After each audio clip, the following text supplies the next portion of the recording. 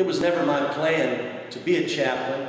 That's nothing that I had ever trained to do or gone to college or taken courses to do. I was just a pastor and content to be that. But several years ago, probably around 2000 or 1999, I was approached by our local police chaplain to attend a chaplain training session, a week-long session, and to see if I'd be interested in becoming one of their chaplains working with the police department.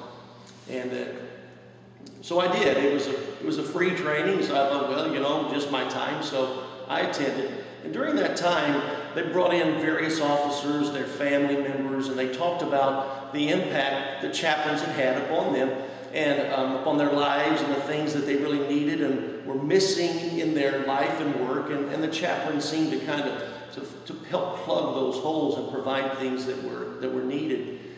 And so I joined up. I decided that this is something I could do, and I really enjoyed it. There was some interaction between police officers and just some general things. Because our town is small, you know, we have a population of about 18,000. I think the county, the little metropolitan area around our county seat surges up to 30,000 or so. And so you never expect anything major to happen here. And so I felt pretty comfortable in my role until one Wednesday, about lunchtime, I was in my church office getting ready for a Bible study that night and had just gotten up from behind my desk to go to lunch, and the telephone rang.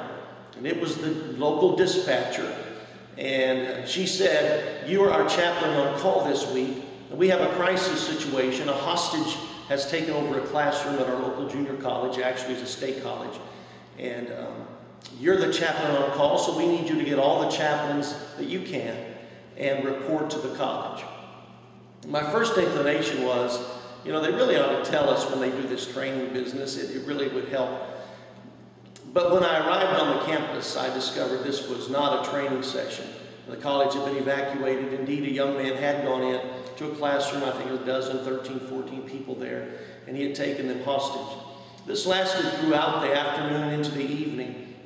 Somewhere in that evening, the hostage taker, fired a round from his gun, and when he did, of course, the police team who was outside the door immediately rushed the room. And in the process of all of this, the young man who took the hostages was killed, but also some of the hostages themselves, he managed to actually shoot and injure some of them before he was killed. As soon as that occurred, I was standing in another building, 150 yards away from where this was going on, and the police chief drove up suddenly. And he jumped out of the car, and he said, "I need you to get up and talk to my negotiator right now.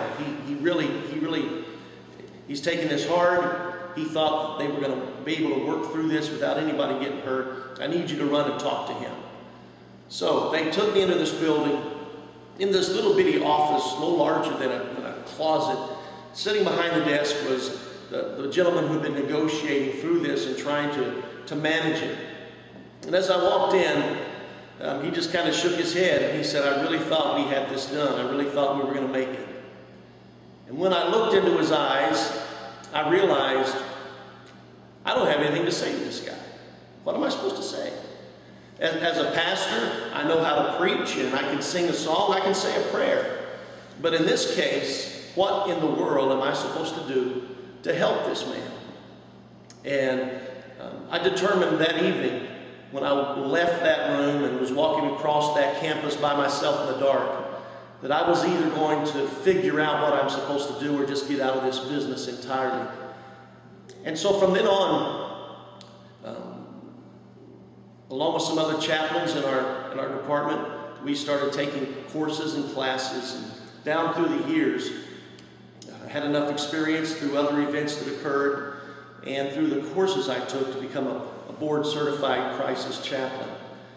And that's sort of how I fell into this business and realized the drastic need there is for people to be ministered to in crisis. In the course of my training, I discovered that many psychologists and those who are charged with helping the average person through with their mental health issues have very little training in crisis. and how to resolve crisis issues. Also in pastoral classes, even in the seminaries, there's very little that's taught on how to work with people who are in crisis situations.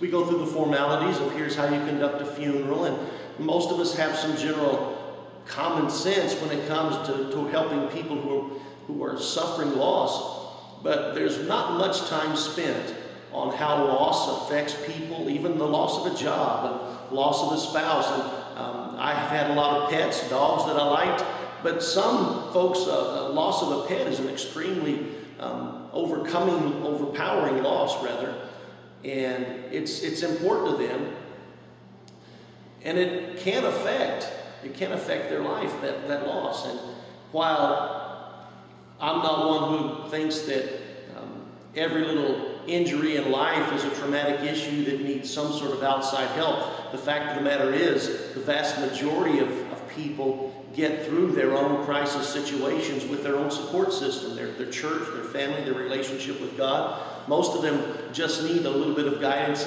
and support, and many people make it through without any type of professional help at all. But it's important that social structure and system be in place, and often we don't see and are not shown the value of that.